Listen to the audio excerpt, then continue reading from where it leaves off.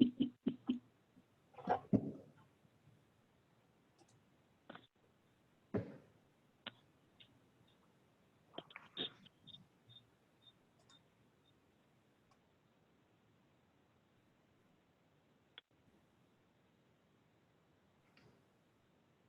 afternoon. Welcome to NVG's Harvest Protocols Roundtable discussion.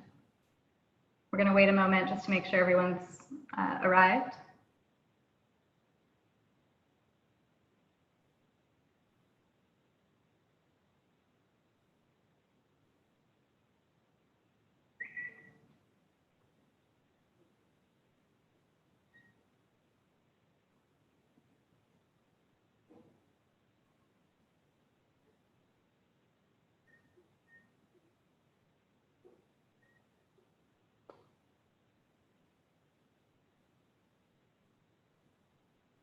Okay, once again, good afternoon. Welcome to NVG's Harvest Protocols Roundtable discussion. I'm Molly Moran Williams, Industry and Community Relations Director with Napa Valley Grapegrowers. A few housekeeping notes before we begin. We have 5 expert speakers today, and each one will provide a distilled 5-minute talk before we move into a 30-minute Q&A discussion period. We will wait to address all questions after all 5 speakers. However, you can begin sending us your questions now via the Q&A box. You can see there's an orange circle around the Q&A box on this housekeeping slide. Starting now, you can start plugging questions in. There's also a chat feature, but we request that you reserve the chat feature for letting us know if there are any sound or technical difficulties in the presentation. You also notice that you're muted. All participants are muted. So again, the only way to ask questions is through the Q&A, and you can begin submitting now. At the end of this whole presentation, we'll be putting out a brief 2-question survey. It'll pop up in your browser. And we ask that you do take this survey so that we can help prioritize extra support work we're going to provide to you throughout harvest, as well as tell us what other resources you need related to COVID-19 and your farming operations. So today, the focus of our work is navigating the unique complexities of our upcoming harvest as we bring 2020 grapes in during a global COVID-19 pandemic. In response to the pandemic, NVG has pivoted from our traditional programs and events to those focused on ensuring the health and safety of your teams and providing resources to help you navigate this turbulent time. Our highest priority is ensuring that your business and your people are supported. If you've not had the opportunity to check out our designated COVID-19 website pages, we have a plethora of resources in Spanish and English available to you that include training videos, posters, signs, the protocols that we're going to talk about today, which currently are on the website in English, but will be available to you in Spanish by the end of the week as well. Once again, our highest priority is just making sure that you have what you need and that you have tools to share with your HR managers, with your supervisors, with your vineyard managers throughout harvest this year. If you're looking for testing opportunities for testing your crews, NVG and Farmworker Foundation have also recently funded a mobile health unit that's capable of going to vineyards and testing crews. And appointments can be made through the St. Helena Hospital Foundation's mobile unit phone line. So we're also looking for more opportunities beyond that to bring testing to Napa County, specifically for farm workers to ensure a safe harvest. All right, so onward to today's discussion. We're thrilled to welcome Caleb Mosley, who's the Senior Viticulturalist at Michael Wolf Vineyard Services, Cameron Perry, who's Director of Wine Growing at Groff Vineyards. They'll both provide an overview of vineyard and winery adjacent harvest protocols during COVID-19. We also have Larry Williams, HR and Safety Director at Jaguar FLC, to discuss labor challenges pertaining to COVID-19. We also have Teresa Keene, CEO of AgSafe, who will discuss OSHA compliance and the overlay with COVID safety, and Erica Rosasco, who's the partner at McKay Rosasco LLP, and she'll highlight COVID-19 legal ramifications and how regulation has evolved and changed since March.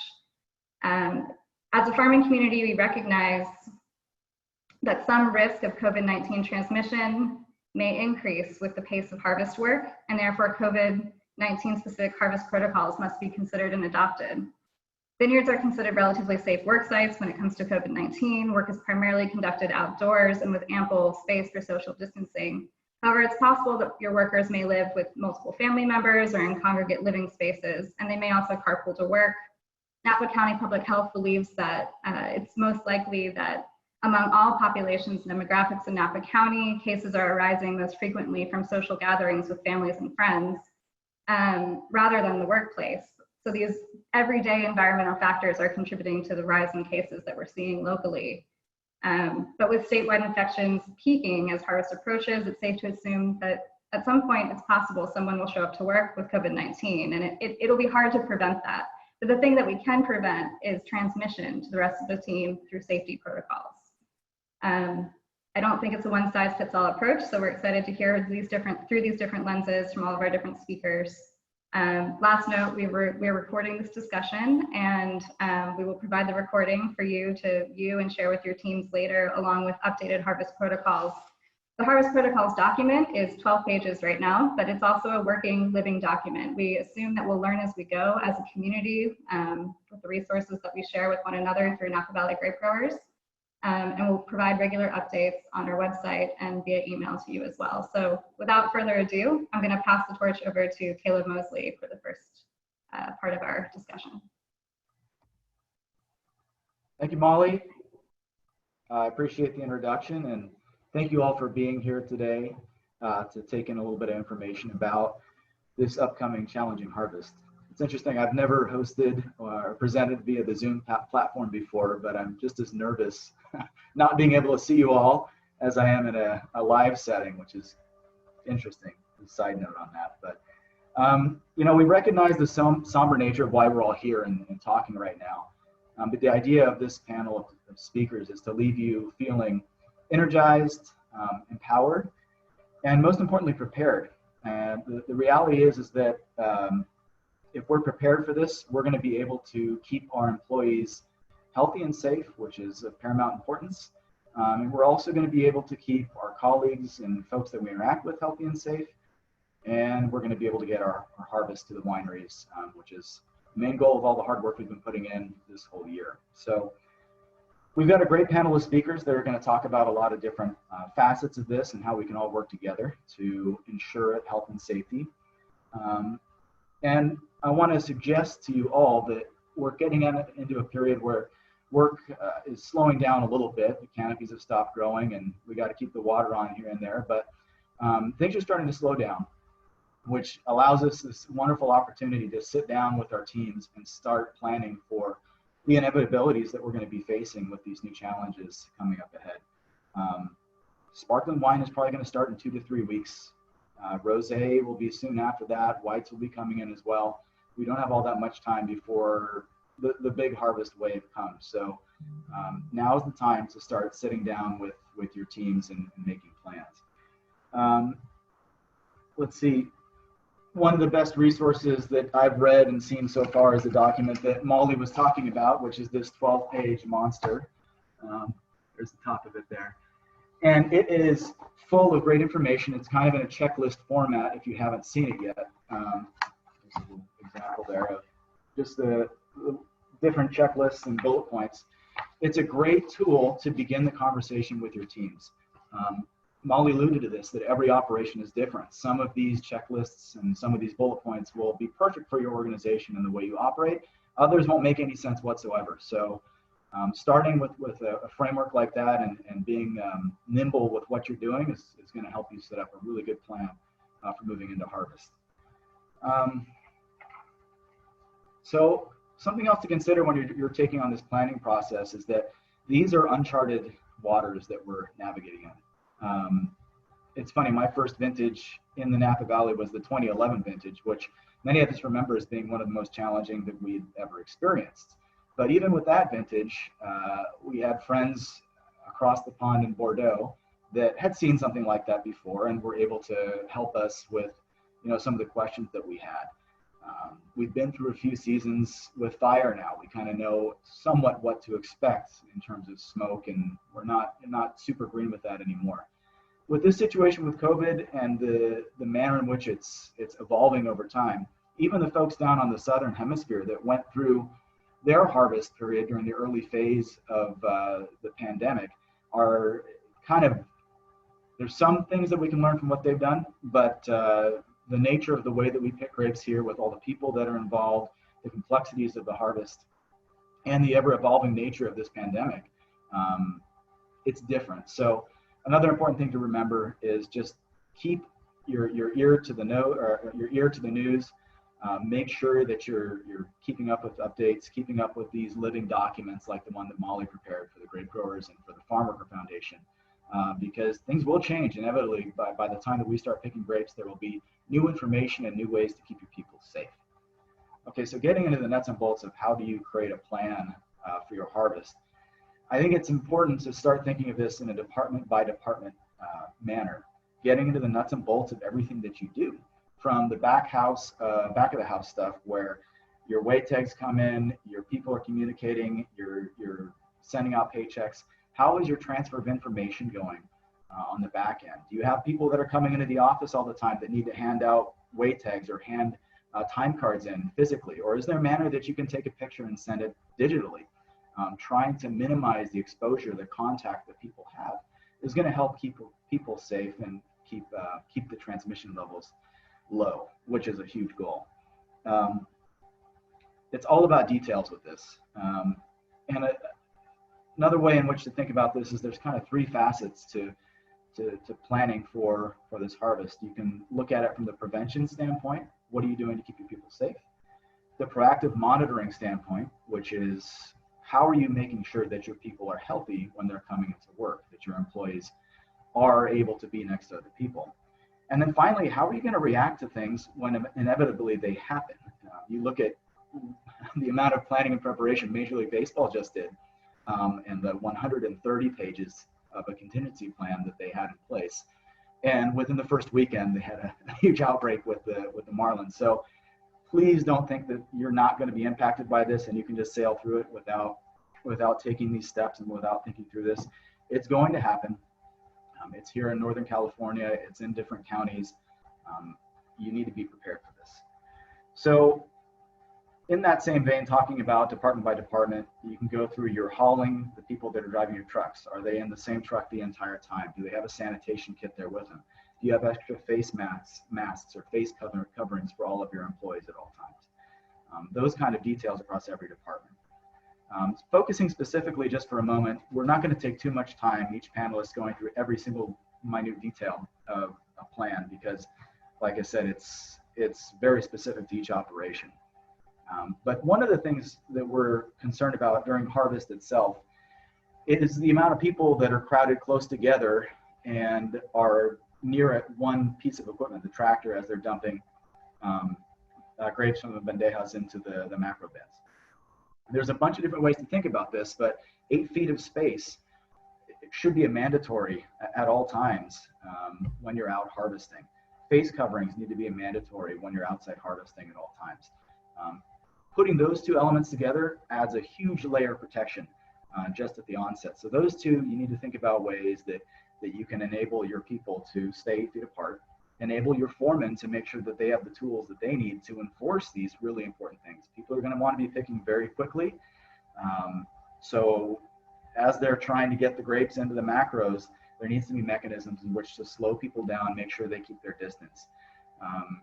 You might want to think about having runners or people that are there picking up the boxes or the FYBs or whatever you're using and running them to the trailer, so you have a lot less people that are all congregating at the trailer at the same time.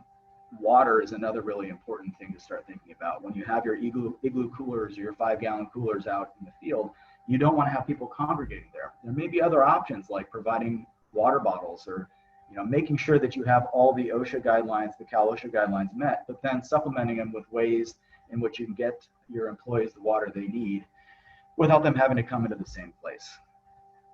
There are so many details to this that it warrants a couple of weeks of good thought across your entire team to think about the best way in which to move forward. We've talked internally a lot about trying to limit the amount of in-person or in-field communication we have with people. Harvest is a wonderful time, which we'd love to get together with winemakers, take a look at the crop, talk about the prospects for the year. This year might not be the year to take that nice stroll through the vineyard and discuss the crop. It's probably best done over a phone call while you're in different parts of the vineyard or in different areas. All sorts of things like that are needing to be considered. Two more things, then I'll pass over to Cameron. Patience and empathy, I think, are going to be exceptionally important this year. Patience in that we're going to have to build time into our schedules to allow our employees to sanitize, to take a break, because breathing with a face mask on is going to be a little bit difficult and challenging for some people. You have to build these mechanisms into your schedule. Otherwise, you're going to end up finding yourself behind and people will be hustling, and inevitably you'll get people that will start crossing too close to each other or will start forgetting about the protocols that you put in place. So I recommend patience, and I recommend planning to incorporate patience into your scheduling. And the empathy part of it, there are people that are going through all different types of responses to this crisis. Some people have been impacted in ways that I can't relate to because I haven't been through a particular situation like that. Folks will have family members that will be getting ill, and they'll want to be going to funerals, or they'll want to be going to services, or they'll just be, emotionally or physically or emotionally or mentally taxed while they're there picking. It's important for people and your foremen, especially people out in the field, to be aware of these things and understand them as we're all going through this together. So those are the last couple of points. And I know I didn't get into too many nitty-gritty details. I'm going to pass it over to Cameron now, who's going to talk about more of the winery side of planning and preparing for this vintage. I look forward to more questions at the tail end of this. Cameron, go ahead. Thank you. Thank you, Caleb.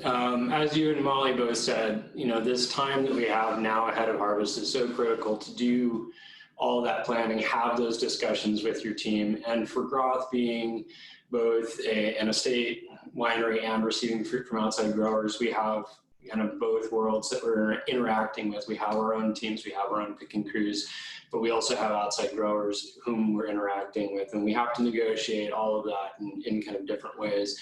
And then we have to think about it on the inside of the winery as well. And so let's all utilize that time. This document that the NVG has put together with Molly's great work is truly comprehensive, and as she indicated, it is a living document. We should all expect guidance to change as we learn more, as restrictions change, as obligations change. And everything in that document, again, is just good guidance, and it's not a one-size-fits-all kind of a situation. So I'd like to just share what our vineyard manager and myself have been doing in our thought process. And that's really just kind of starting from the beginning. Okay, what does a normal picking day look like? And how can we adjust our thinking, adjust our processes to limit that interaction within the crew, across crews, how to keep those three crews separate, and really just walk through the whole thing step by step. Okay, who's in charge of the water jug? How is that water being dispensed? How is the tap being sanitized? Restrooms, how often are we cleaning them? All of those little micro considerations. Whose responsibility is that? How do we stagger crews in the vineyard to limit overlap and interaction?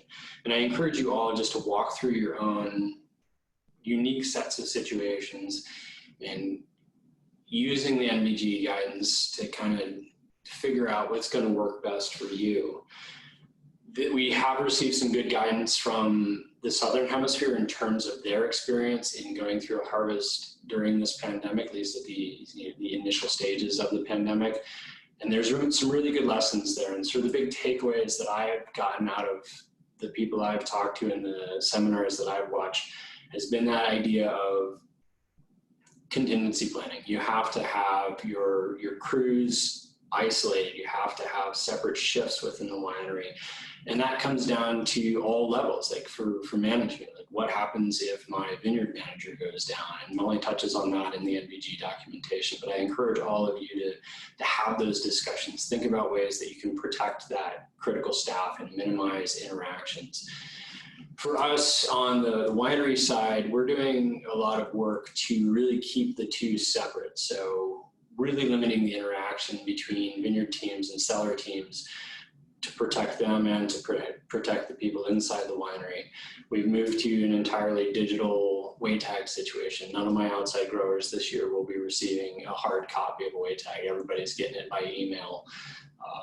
drivers that come up are their stuff is their stuff. We're not gonna touch it, and they're not to interact with any of our staff or any of our equipment. So it's on them to unstrap, remove corner boards. They should be the only ones handling that. Once they're done, we're gonna ask them politely to stay in their truck. There won't be any interaction on the scale. We won't, unfortunately, be allowing them to come and use the restroom, those sorts of considerations, just to keep that interface as clean as we possibly can. And moving that forward throughout the operation, like inside the winery, we're probably going to be moving to more of a 2-shift system. That's not something we've ever done. The idea being to have 2 crews that enable us to have some redundancy. So if we do have an outbreak in one crew or an individual that gets sick in one crew, we end up having quarantine that entire shift, we're not completely sunk. So again, keep going back to the NBG document. The county's got some really good guidance on both returning to work if you've been sick, how to determine what exposures were like. I know right now they're kind of saying if somebody who has tested positive was within 6 feet for greater than 15 minutes, that is called close contact, and it's it sets off a whole different chain of protocols that you have to follow. So really do your homework now while we can, while we've got the time, and let's all just work together and continue to share information. But everybody's situation is completely different. I completely agree with Caleb that empathy, compassion is going to be huge in this process. We need to do everything we can to destigmatize this as well. I know there's a lot of fear in our farm worker community surrounding information sharing and getting tested, and all of that sort of complicated situation. And we all just need to approach that with as much understanding and care as we possibly can, because at the end of the day, yes, the goal is to get the fruit in the winery, but most importantly, it's to protect our people, our personal families, our work families, and our community at large. So that's the lens that we here at Roth are putting onto all of our decisions in terms of planning for COVID, is how do we take care of everybody in all these different phases. I know Larry is up next, and he's already got some experience working in the Central Valley. They've already started to pick some table grapes down there, and so they're working through some more real world hands-on in the field experience. And so with that, I would love to go ahead and turn it over to Larry Williams. Again, as Molly indicated at the beginning, please throw up your questions in the Q&A box, and we'll get to all of that in the back half of the talk. So without further ado, Larry, if you want to go ahead and unmute yourself, I will hand it over to you. All right, Larry, are you there? Sorry, there he is. All right. Larry, you're on. Hello, can you hear me? Are you able to hear me? Yes, we got you. Hello. Okay. Hi, my name is Larry Williams. I'm a HR director for Jaguar Farm Labor Contracting Incorporated, and we're located in, throughout California, from Paso Robles, Santa Maria area, all the way up to the Napa, Arbuckle area. In the Central Valley, we do table grapes. And as he mentioned, we are in the process of harvesting table grapes now. And with that, today I'm going to talk a little bit about the labor challenges that we have. In the table grapes, which is going to soon follow with the wine grapes coming up shortly, we follow almost the same pattern as far as harvesting goes. When we're bringing the people into work, when they initially start with us, we give them their meetings and everything. And with the added COVID meetings, it seems like it's a little longer and a little harder, and they're just ready to get in and get going. The thing is, we have to now make sure that they understand what COVID-19 is. When we give them their initial tailgates and stuff, instead of looking at it like this is just something else they're putting on us, they have to understand this is something that we all have to deal with. And it is what it is. And some of them don't want to really understand what it takes to do all these safety procedures, but we have to stand firm and implement it and make sure they do understand it and hold people accountable for not doing what they know they should. And with that comes a lot of sometimes kickback. but then they see that we're serious about it and they understand, you know what, this isn't going anywhere. And we have to continue to tell them this. This is almost a daily thing. Cal OSHA put out a daily checklist for ag employers, which is perfect, and we've implemented that into our program. So daily, our supervisors and crew leaders go over with their crews what needs to be done. And on the list, it goes from everything from riding to work to screening the employees in the mornings. We do temp checks, and then it goes on to social distancing and everything. In all of those things, the people are starting to become more adapted to it.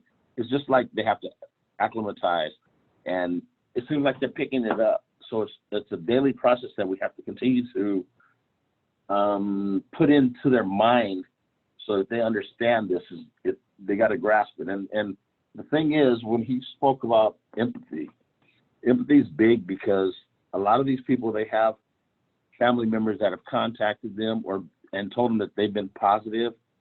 And we have to understand that. And then they've been in contact with it. So the more, it's unfortunate, but the more the people that are come in contact with COVID-19 kind of spreads out amongst the groups, and they start hearing it.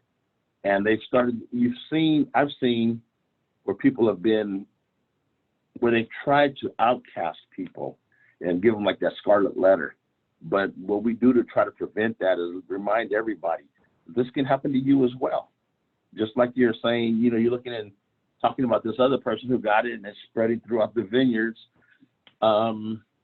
It can happen to you. And then when it does, you want to make sure that nobody's doing that to you. So we're trying to tell them in our trainings, be respectful for this, because this is something that's everybody's hearing, it's happening to everybody. It's not going nowhere. It's a worldwide pandemic, and they need to understand that. So they're getting it.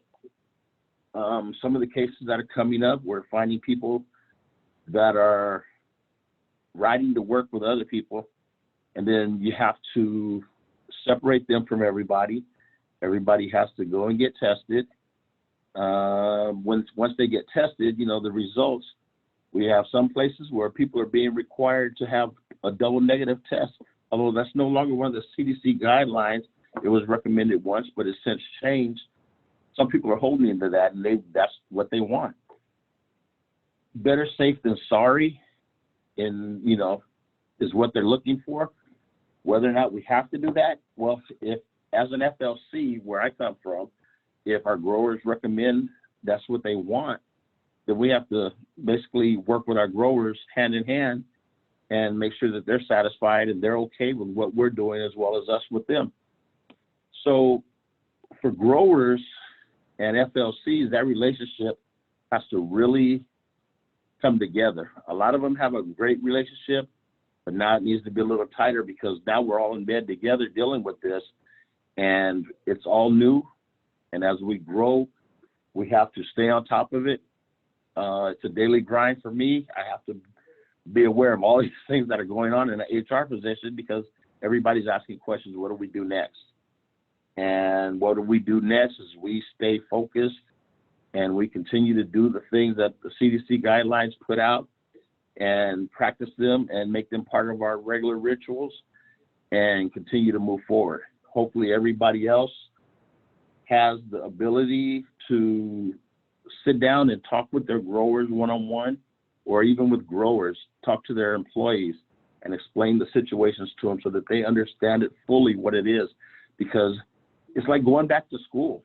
We have to understand and learn these new things that have come upon us really quick. So we have to then be able to explain that to people really quick, and they have to get it. It's something that's not going away. It's here.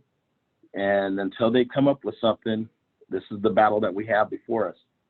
So I wish everybody well with it. Like I said, we'll have some Q&As in the end, and we'll go from there.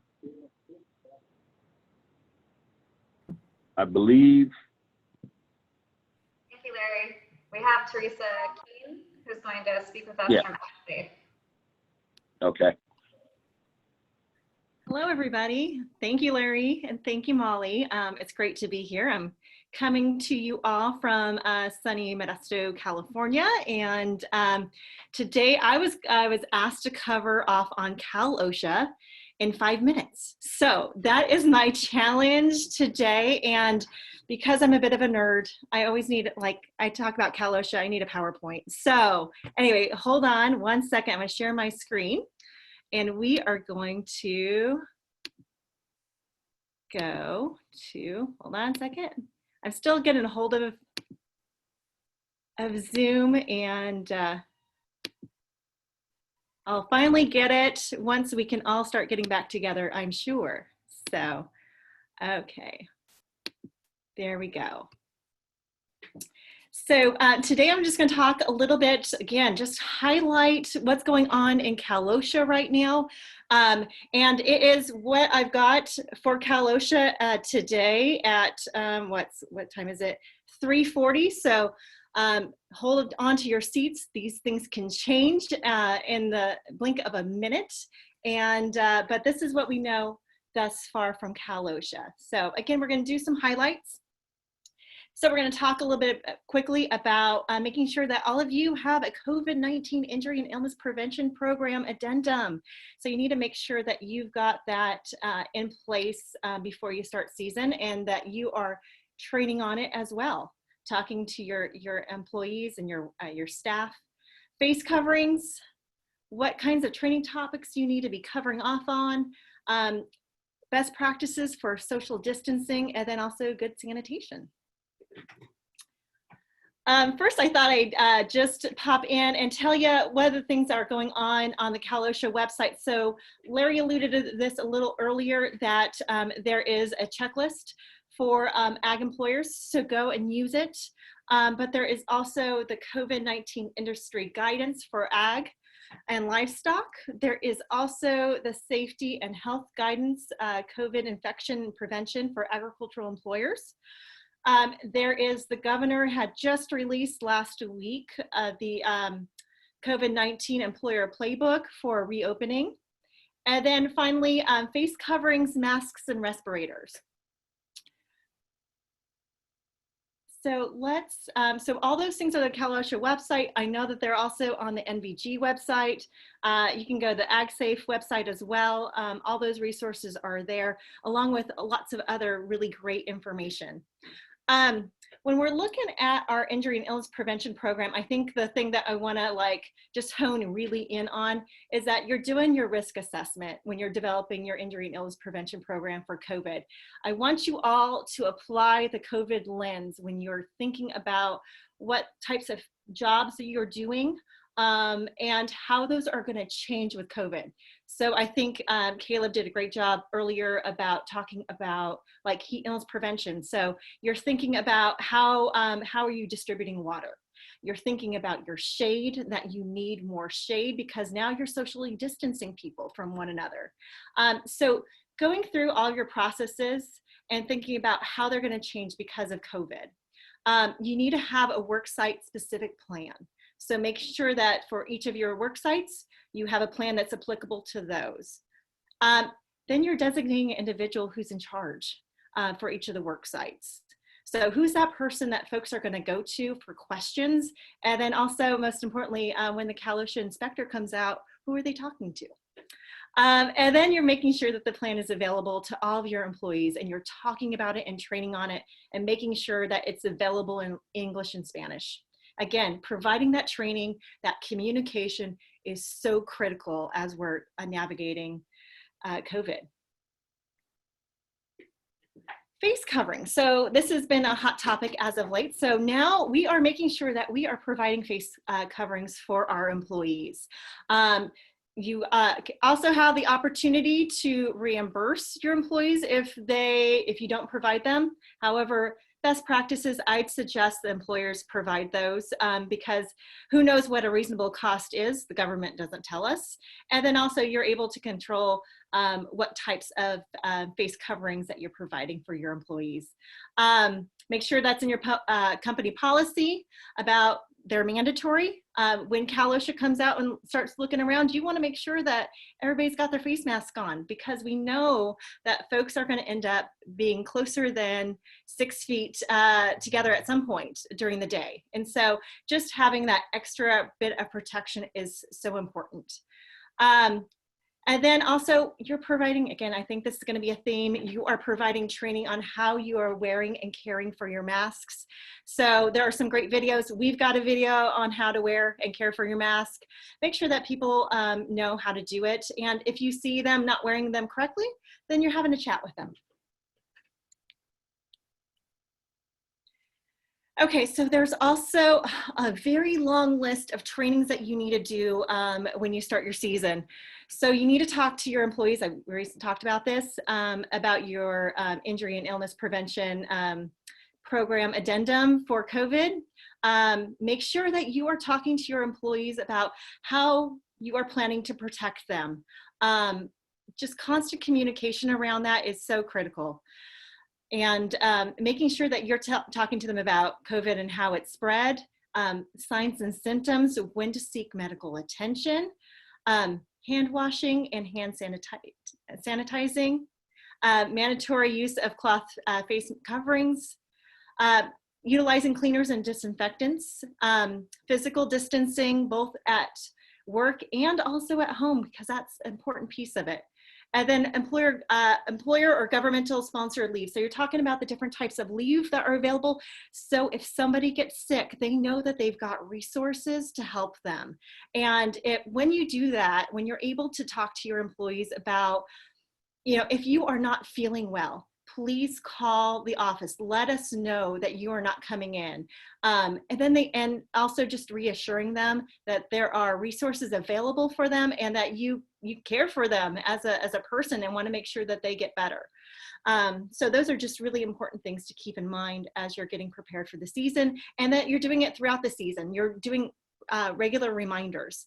The other important piece to this, and Larry alluded to this as well, is that you're also talking with those that provide services to your operation. So independent contractors, temporary help. So if you are bringing on an FLC, make sure that you're having lots of conversations with them, telling them what you are providing for your employees, what are they providing for their employees, and that you are just doing regular check-ins with one another. And also making sure that they have the proper PPE as well. Physical distancing, and sounds like what Caleb was saying and Cameron talking about making sure you're keeping your workers 6 feet apart. Again, thinking about heat illness prevention, that you have extra shade, and then you are providing seating for them, that you're keeping your workers off the ground. So when they're taking breaks in their lunch, they're not sitting on the ground and they're 6 feet apart. Think about staggering your breaks, your lunches, your meetings, and your trainings. If you have the ability to do that, that goes a long way. Also when they're out in the field, making sure that they're separated by rows. And again, right now is not the time to be mixing up your crews. So keep your crews together, making sure that you are documenting who's with who, because if there is an outbreak, you're going to want to make sure that you know who are the people that you need to contact, and ensure that people are able to quarantine if they need to, or who are you communicating with. Okay, and good sanitation. So just thinking about your sanitation process. So thinking about your restrooms and hand washing stations. Maybe now is also the time to provide some additional hand washing stations, because we're talking about, we want them washing their hands for at least 20 seconds. So giving them a few extra hand washing stations, and also letting them see your supervisors and you do it out in the fields as well. Set a good example. Thinking about how you're sanitizing your trucks, your tractors, your forklifts, ATVs, UTVs, and all those pieces in there, handles, doors, seat belts, all those pieces. So just kind of doing a mental checklist of everything that you might touch. Think about your worker transportation. How are people coming to work? And I already saw a great question about worker transportation that I know that we'll get to. And then think about areas of congregation. So when people take breaks. Thinking about the sanitation practices that need to happen there, your water jugs. Perhaps you should just have, if you're not giving out, you have one person that's giving out water bottles, or you have somebody, supervisor at the water jug that's filling up the water for folks, just again, to limit people touching things.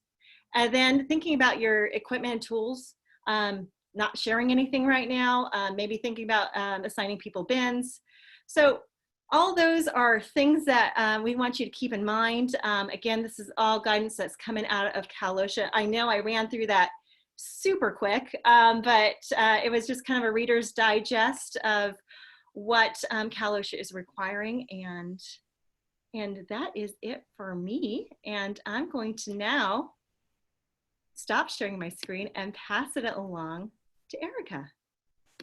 All right, guys.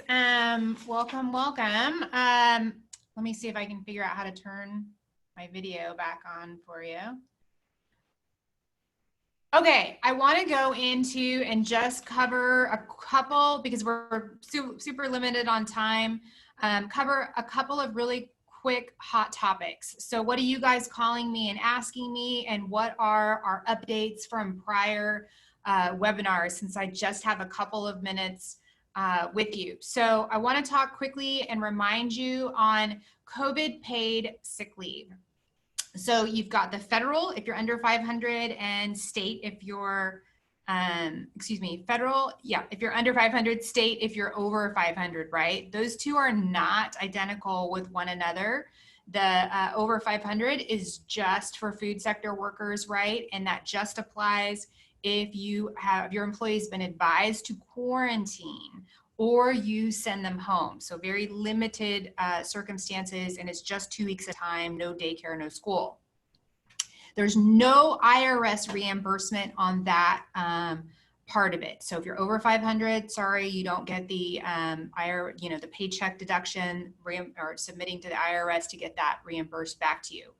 On state, don't forget, you can be submitting this, with every payroll. You can submit it in bulk, however you want to submit it, but you can submit an IRS form right now to get money back that you have paid for COVID leaves. And certainly during, between now and harvest, I'd be surprised if anybody doesn't have to pay some of that. We've seen a considerable amount of illness in the last few weeks, and we know we're going to have problems coming into harvest. So go ahead and submit that back, and you cannot use that COVID paid sick leave with your PPP funds. So if you got a PPP loan, your paycheck protection loan, don't use those funds to pay that. One distinction that came out that's super important that I've been seeing, particularly with farm workers, is they'll say, I'm not going to a doctor and I'm not getting tested, and I'm just sick and I want my paid sick leave, or I've been exposed and I want my paid sick leave, right?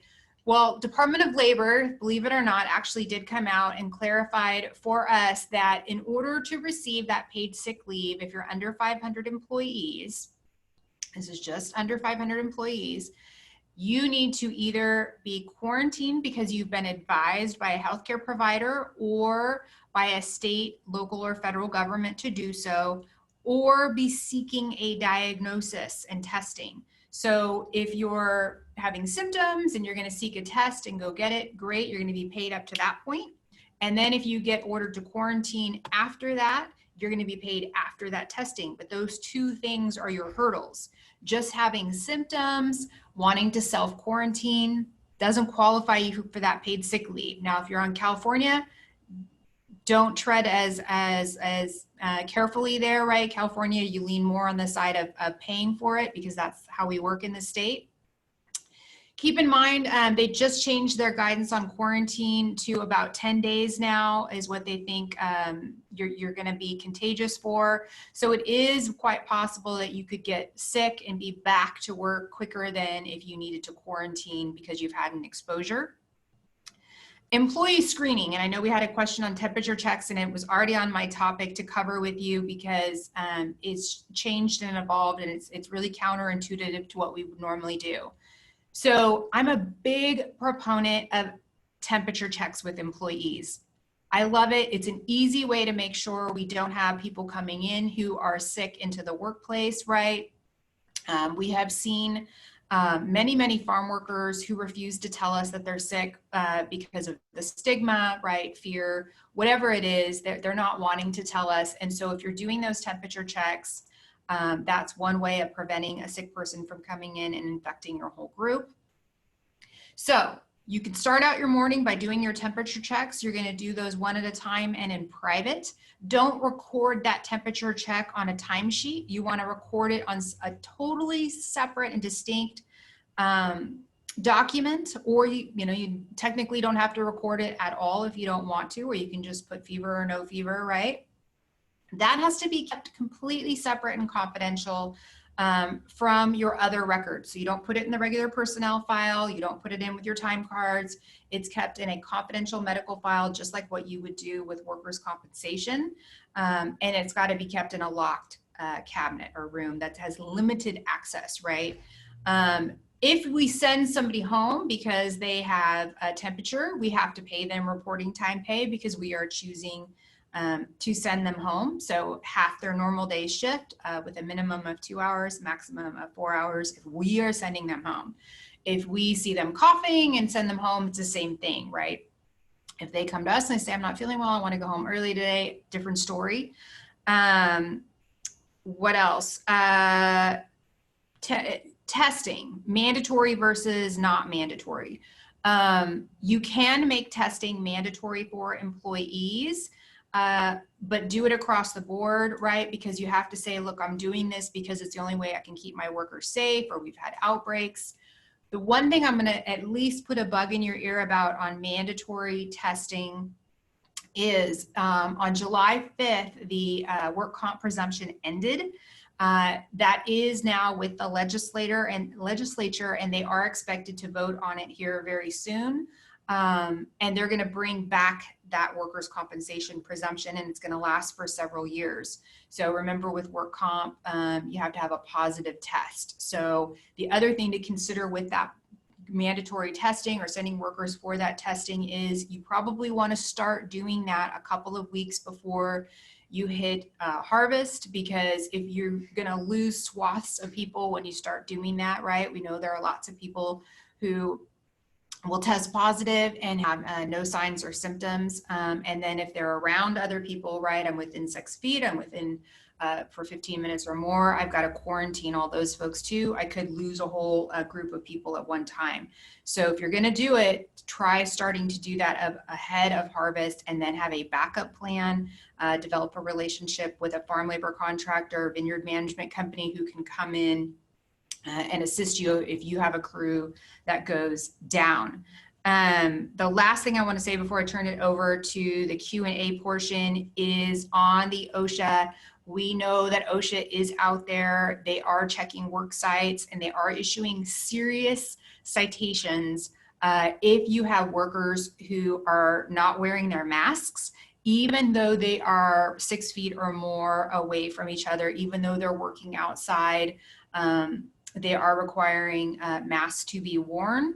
And then, as Teresa mentioned earlier, those masks, you must provide them now, according to OSHA. We don't agree with that. We don't think it's legal, but you don't want to be the test case on that. So provide masks. If your workers insist on providing their own, that's fine. But I would have on the job site enough masks to cover the entire crew, so that if OSHA or one of the task forces show up, you can show, look, I've got enough masks to provide for everyone. With that, I will turn it over to the Q&A session so that we can get all your questions answered. Thank you so much, Erica. And I think we can bring all the panelists onto the screen for Q&A. So if you can all put your videos on and keep yourself muted, I guess, until you're ready to speak. So we have several questions here, a couple of them related to temperature checks, which is what we were just talking about with Erica, one about best practices for temperature checks. I think we heard from Erica that it's really, it's advisable to do temperature checks, and that they should be recorded in a separate place than other records you're keeping because of medical privacy rules. Erica, is there, to this group, have you been considering any other aspects of best practices? From the standpoint of NVG's best practices, we're suggesting that employees take their temperature at home as well, in addition to taking it at work. We want to make sure that before people get into a vehicle, perhaps with their coworkers riding to work, there's that added layer of accountability to check themselves before they leave. So that's one additional best practice. One person asked, could we load the data into an app, for example? So I'll leave it at, are there additional best practices for temperature checks? Yeah, so you could load it into an app. You just have to make sure it's a secure app and it's, again, kept in, is the phone itself locked? Is it have limited access to only those who need to know? That would be my suggestion. And I will add to the privacy question, remember, if somebody turns up positive, we're not announcing who, we're not ever giving particulars about a particular worker's medical conditions or temperatures, right? Everything's done, quietly and privately. So we're not sharing that about a particular person. But other than that, we can be pretty invasive with asking employees about symptoms and whatnot. I'm a huge proponent of the temperature checks at work because, quite frankly, I've seen a lot of employees who are not being honest about having fevers, and they're waiting and coming to work to the point of needing hospitalization before they admit to being ill. So not good. So the Napa County on their website has a whole checklist that's designed for people who have been asked to quarantine, where it's a self-attestation checklist where they are to check their temperature in the morning and the evening, and then you go down a whole list of symptoms and it's yes or no. That's a document that we fully intend to utilize here in the workplace on the incoming side, not so much as a self-attestation, although if you have faith in your employees, you could certainly do that and ask them to fill that out before they come to work. However you choose to use it, that's just another resource that's out there. We have several more questions. I know we're running, a little bit behind on time, but as long as the speakers are willing to stay, I'd like to get through more questions. And as I mentioned at the beginning, this is all recorded, and it's a benefit of your NVG membership that you can watch this at any given time after the live webinar. So, dovetailing off of, oh, go ahead, Caleb.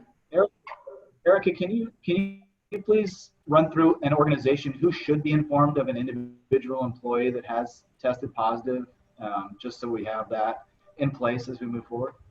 Yeah, now, so if somebody tests positive, there's no requirement that you broadcast that, right? And we take it on a case-by-case basis. Now, if somebody has tested positive or has come down with symptoms in the last 10 days, you definitely want to, best practice would be to inform those who could have been within 6 feet for more than 15 minutes that there was a possible exposure. You don't disclose who is the one that was, sick or potentially having COVID, and asking them to self-monitor. So anybody we think that might be in that range, I would inform them that they've got to self-monitor and they've, potentially been exposed. Once we determine, likelihood of exposure here, or they've been within 6 feet for more than 15 minutes, then we should be taking those people out and quarantining them from the rest of the crew. Within the organization, sharing that information is just on a need-to-know basis. So likely your mayordomo, right? And then your HR department's going to know, and beyond that, it shouldn't be everybody. Obviously, payroll's got to know if they've got to pay somebody a COVID sick leave, right? But we don't have to say necessarily why, or we're filling out our form. Just as much information is on there, but really the fewer people that know, the less likely you're going to run into a rumor mill problem. And we have absolutely seen the rumor mills run rampant with this, to the point where people are calling the workplace and saying, "You've breached my HIPAA rights," and so that you don't want to do that. Great, thank you. Okay, so another question we have here is, how do we deter employees from maybe working a day shift here and a night shift there? We know a lot of people work very hard and are always looking for more opportunities for work. It obviously adds an extra layer of risk with COVID because we're trying to build trust within teams and safety protocols in specific work sites and in smaller cohorts. So, we have a winery estate company represented here, a vineyard management company, and an FLC. I'd love to hear, how you're whatever you might have in place to sort of build that trust and get that message across through trainings or otherwise. That's absolutely something that we've been discussing here at Groth is how do we protect those cohorts of our individual picking crews when we have individuals that want to go out and pick somewhere else after they've picked for us. I think the biggest piece of it is just education. The other side of it too is we know that our picking activities will be slower this year.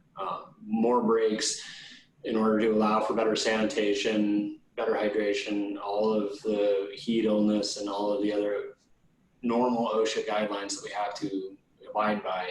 So we know it's going to take us longer to pick the same tonnage than we normally would have. And I think that'll help deter it a little bit, but I don't think that's going to be the end of the story. So I think just good education and helping everybody understand the importance of protecting these pods, these cohorts. Cameron, I agree. Education is going to be paramount. I think also to the ability that you can, taking care of your people, paying fair wages for what you can do this year. I know everyone's budgets are tight, but if you make sure that people walk away from their pick feeling like they don't have to go out and scramble, that may be a way to deter movement as well. Training up front before harvest starts this year is so important because that's when you're going to be able to hammer home the importance of keeping your crews very, very insulated from other people. We're talking about that as we go into the home as well, or go into social settings. Keep your social bubbles small. Don't go mix with a whole bunch of other people. It's going to keep people safe. One of the things that I'm really happy about, the growers and the Farm Worker Foundation are working on a COVID-19 task force. And one of the methods we're trying to use to disseminate information is creating a podcast with a couple of doctors and experts that are going to start answering kind of question and answers about what is COVID, how does it spread, what does it do. We're hoping to start releasing these soon, and the Mayordomos may be able to play this on a Bluetooth speaker with their crews out in the vineyards or whatever crops you're working on. We want to educate people so they understand the importance of this. So if they become more happy being with their crew that they're in, try to get them locked into a crew right now. The more people that are moving around, trying to find the fast pickers and trying to find their friends or whatnot, you just don't want to see that happening in a couple of weeks. So the more we can get people together using these different techniques, education, a sense of family within the crew, I think those are all going to be helpful things and something we all need to focus on right now. Larry, do you have any thoughts on that? Yeah, I do actually. One of the things that I've noticed is, I know that somebody also spoke on the people driving to work and carpooling and all of that. And it's really, really hard because we see a lot of people come to work and they jump out of the car. And, we're telling them if they are carpooling that they definitely need to be wearing the mask while they're in the car. Once they get in the car, follow all of the guidelines, all the sanitization and everything that they need to do, because I noticed, people know what they need to do, how to do it, but will they do it is the other thing. And then we just need to, again, take it home to them and let them understand it. This is going to affect you. If it affects you, it's going to end up affecting your family. It's a chain reaction. It goes on and on and on. And it's like any other thing that I always tell them in my meetings and stuff when I'm talking to them is, guys, if you came to work fine, we want you to go home fine. If you come to work and you have COVID, we want you to go home and take care of it and manage it, but we don't want you to spread it to your family. So whether you're coming or going, how you're doing it, you need to make sure that they understand that they need to stay masked up. It is what it is. They have to do it. It's a new way of life. And until we get a handle on it, this is what it's going to be. And if they get that, I'm noticing that our people, they're coming to work. If they don't have a mask, we provide it for them. And we make sure that they have it. Our mayordomos, our crew leaders, and supervisors carry extra masks so that they can have the things they need. They have all the sanitization stuff they need to do what they need to do. But when they're going and coming from work, one of the things that I know a lot of people need to understand, don't turn the AC on and have it running. Lower the windows. It's a lot easier, and it's a blow through. Let it blow through. Whatever it is that's around, let it keep moving. That's what I got. Yeah, so we're hearing the importance of early training and education, not only in not only in protocols in the workplace, but also for protecting your family and friends at home. I think it was touched upon already. It's also very important to let people know that there are sick leave support. There is a sick leave, a right to sick leave. There's some complicating factors around that. But I think if people know they're supported during the time they take a break, that's also very helpful to them. It looks like we covered. Are there any other carpooling best practices? Actually, it looks like that was a question. So we have someone who says that, we understand face coverings should be worn while riding, reducing the number of employees riding in the van, checking temperatures before getting into the van, and sanitizing after dropping off passengers, installing plastic curtains as barriers. Are there any other ideas? I think it's unavoidable that some people are going to have to carpool to work. So training them on what to do when they're in the car to be as safe as possible is going to be very important. Is there more to it? Teresa? Also, yeah, one of the other things that we get all the kinds of questions here at AgSafe, and one of them was that they had a group that came in and the driver ended up not feeling well. And so just kind of having a plan for if somebody in this carpool is not feeling well, how are you getting folks home? And so just kind of thinking out those scenarios, thinking about them in advance and planning for them is a good thing. And again, if you've got a 6-passenger van, don't put 6 people in there, do every other person, maybe go down to 3. And also just like Larry said, roll down the windows, and you also might want to just think about making sure if you're putting up barriers that the driver can still see.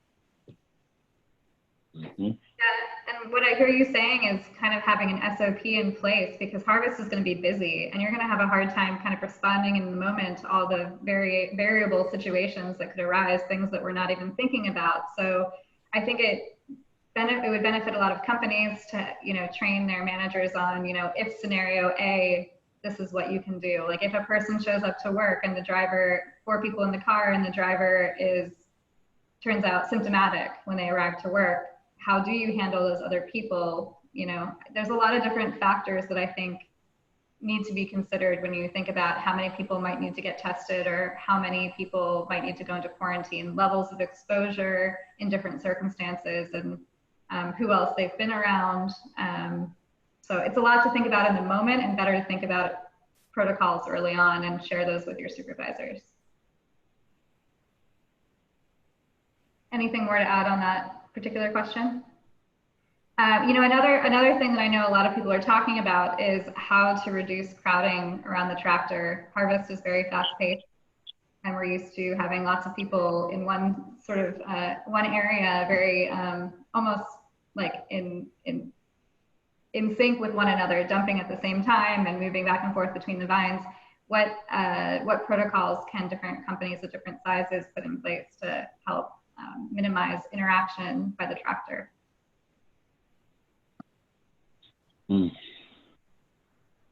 Well, so spoke a little bit about designating people to take care of the dumping responsibility. So there's only 2 folks that are running up and back.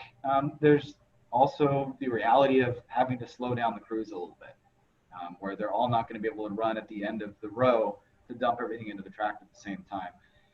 Leafing is another thing that sometimes you have extra people around the bins pulling leaves out. That's just another risk factor that you can avoid this year by either incentivizing people to pick cleaner, less leaves in their bandejas as they're going through. Whatever you can do to minimize the amount of people there. Unnecessary people around picks this year really don't make much sense. If you're there just watching just because you want to be there for the morning pick, stay away from the crews, stay away from those bubbles. Let everyone have their own space. I know, again, harvest is a really celebratory time, but this is one where we're going to have to all be doing our part and kind of staying a little bit further away from each other than we're used to. But it's for the good of everyone there. So yeah, just having that sense about you when you're watching your operations out in the field while you're planning of, hey, why is that person there? Does that person need to be there? Is there a way that I can do this better? Those are all important questions to ask as you continue to kind of, as you get your first picks rolling, there's always kinks to kind of work out. And that's going to be a new one for everyone to learn how to address. It's a good point though, Molly.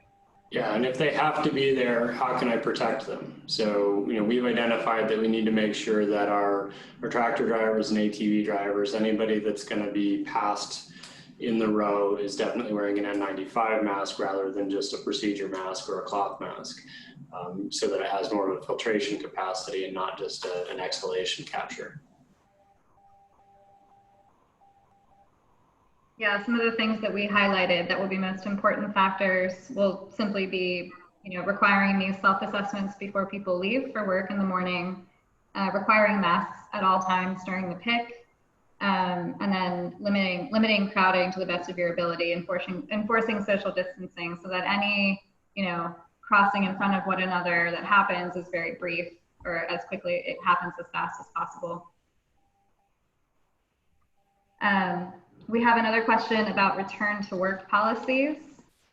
One thing I want to point out before kind of asking what other companies are doing or what's legally recommended or safety perspective is there is some Napa County guidance related to that.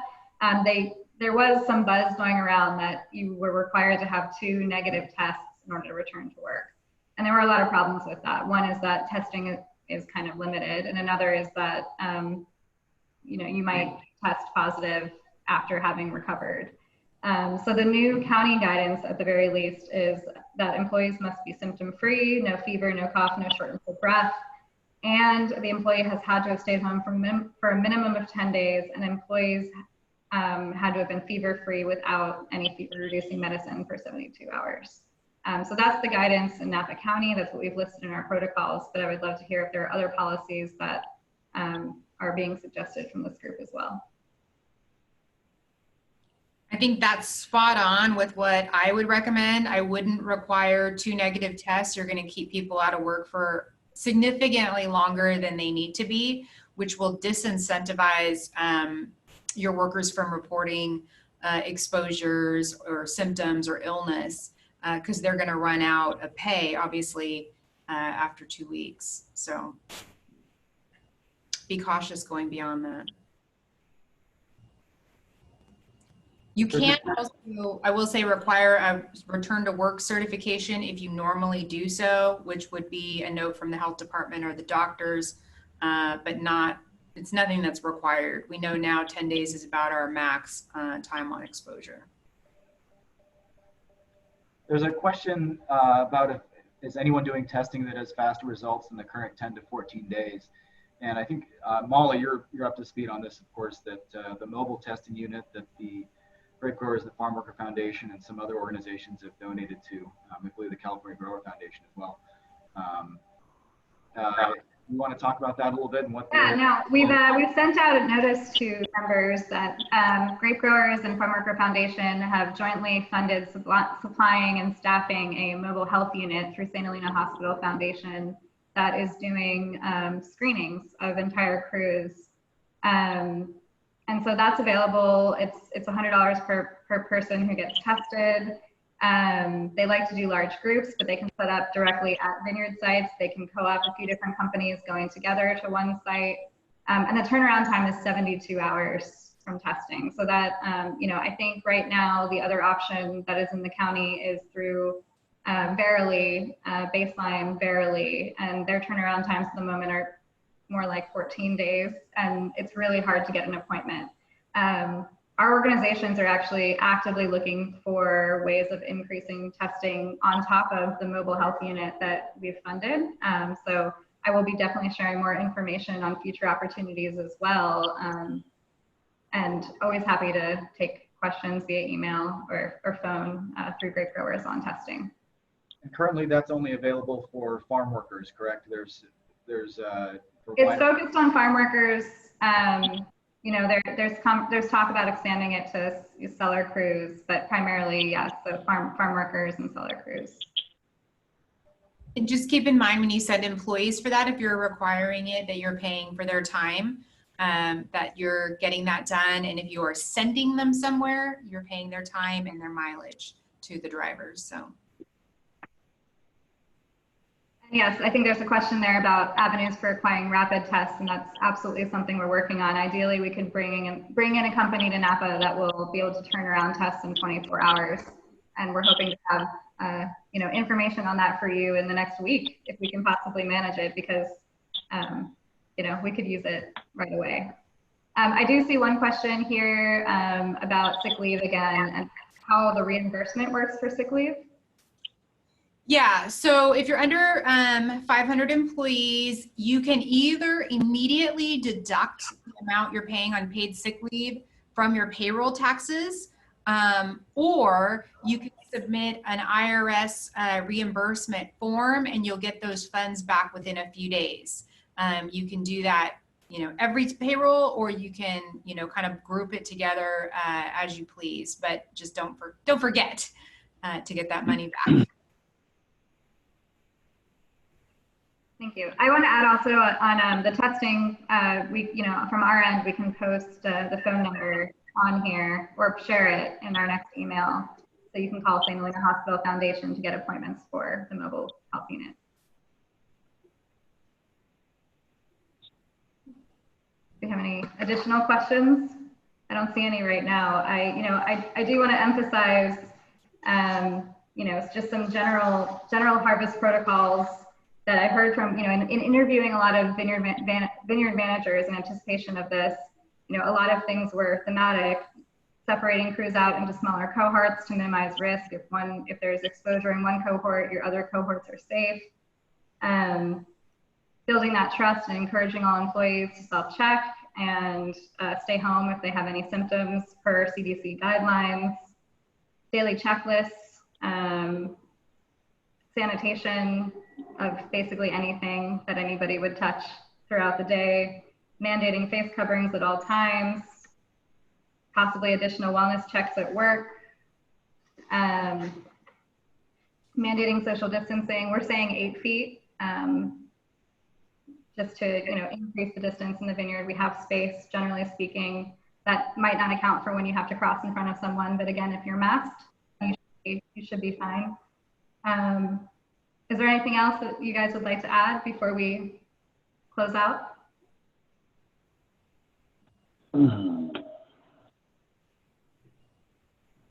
I think that just one thing that I keep thinking about is that we're in this for the long haul at this point. So don't tire of being curious about the new rules and the new things that we learn about, and empower your employees with information.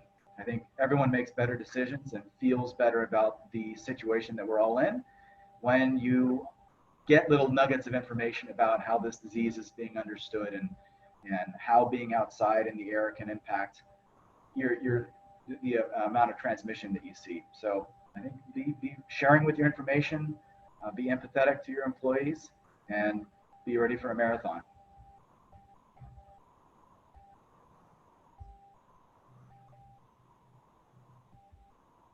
So we're working with everyone who's on this call in constantly keeping our harvest protocols up to date. And we'll keep members up to date via grower bulletin on our website. Once again, the Spanish protocols will be available later this week. If anyone has any questions or things that they think we should add to the protocols, please feel free to reach out to Napa Valley Grapegrowers office. We have lots of resources on our website. Don't forget to look there, because there's all kinds of posters and videos that you can use to help train your team and help with reminders. We're also going to be giving out bandanas for harvest. So they will be free for NVG members. And I know that our COVID-19 task force is also working on some other ideas for giving out tools and different things that might be helpful to your teams during this unusual time. So thank you again to all of our speakers. We really appreciate your time on this and your expertise. And we are all in this together. We're going to be figuring it out together. And I think we're all grateful for having a community to rely on and talk to in this moment of time. So that's what NVG feels like we're here for.